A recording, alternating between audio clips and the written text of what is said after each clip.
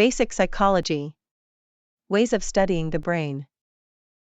fMRI scans, functional magnetic resonance imaging. fMRI, or functional magnetic resonance imaging, is a technique used to measure changes in the brain's activity. How does it do that? Well, when an individual engages in a particular task or is exposed to a stimulus, certain areas of the brain become more active. And the fMRI can detect these changes? Exactly.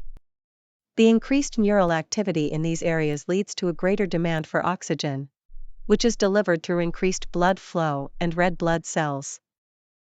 So the fMRI can map out which areas of the brain are activated by different tasks or stimuli. Precisely. By having the individual alternate between tasks or stimuli, the fMRI can establish a pattern of brain activity and identify the areas that are specifically activated by certain behaviors. That's fascinating. How is this information used? fMRI scans are widely used in research to understand the neural mechanisms underlying various cognitive, emotional, and sensory processes. Electroencephalogram (EEGs). Did you know that the electroencephalogram, or EEG, was developed by Hans Berger back in 1929? No, I didn't. What exactly is an EEG and how does it work? An EEG measures the electrical activity in the brain. It uses electrodes placed on the head to detect the electrical signals produced by the millions of neurons in the brain. That's fascinating. What kind of information can an EEG provide? EEGs can be used to detect various brain disorders, such as epilepsy or Alzheimer's disease, which can affect brain activity. Wow, that's really important. What are the different types of brain waves that an EEG can pick up? The four main types of brain waves detected by an EEG are alpha, beta, delta, and theta waves. Each type has a different frequency and amplitude. And how are these brain waves used in sleep studies? EEGs are commonly used to identify the different stages of sleep by recognizing the distinctive synchronized and desynchronized patterns of brain activity. Event-related potentials, ERPs. ERPs are small voltage changes in the brain that occur in response to specific events or stimuli. How do they work? Researchers use electrodes placed on the scalp to measure these voltage changes.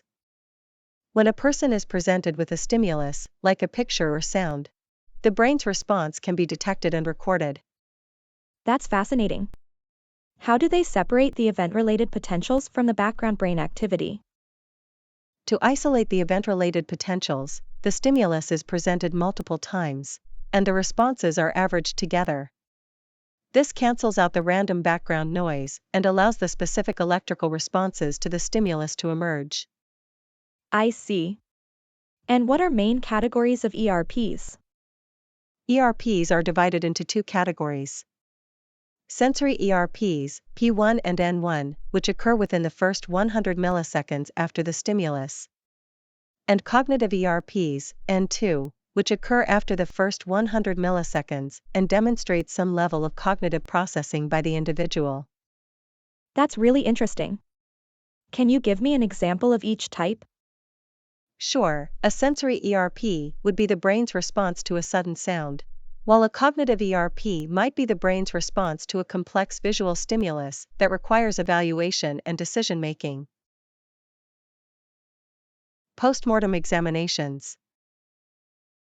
Did you know that post-mortem examinations can help us better understand the underlying neurobiology behind certain behaviors? No, I didn't know that. How exactly do post-mortem examinations help with that?